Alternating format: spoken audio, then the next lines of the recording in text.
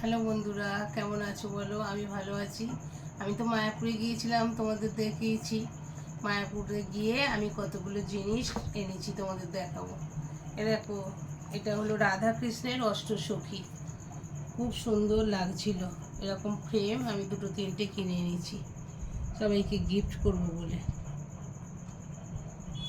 আর এনেছি দেখো রাধা কৃষ্ণের একটা ছবি। এই ছবিটা আমাকে দেখিয়েছিল মোমো, বলেছিল আনবে মায়াপুর থেকে। মোমোর জন্য এটা এনেছি। আর এনেছি দেখো গোপালের একটা ছবি। এগুলো সব দেবো বলেই এনেছি। আর এটা হলো নৃসিংহদেবের মূর্তি আর কি। রাধা কৃষ্ণের পাশে সাইডে দেখবে মায়াপুরে গেলে নৃসিংহদেবের মন্দিরটা আছে, মানে সাইডেই আছে আর কি। এটা আগে পুজোটা খোলে, পুজো হয়, খুলে তারপরে রাধাকৃষ্ণের মন্দিরটা খোলে।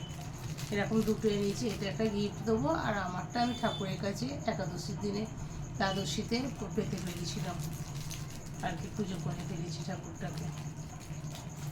আর আর অনেক কিছু এনেছি। গোপালের জামা এনেছি, মায়াপুরে গেছি, গোপালের জামা না আনলে হবে বলো বন্ধুরা? গোপালের জামা, আসন, অনেকগুলো জিনিস এনেছি। সেগুলো সব ঠাকুরের কাছে রেখে দিয়েছি, ঠাকুরের সিংহাসনে আছে। ঠিক আছে বন্ধুরা, এবারে খেয়ে নাও। রাত্রি 10টা বেজে গেছে, আমিও খেয়ে নিই। Good night.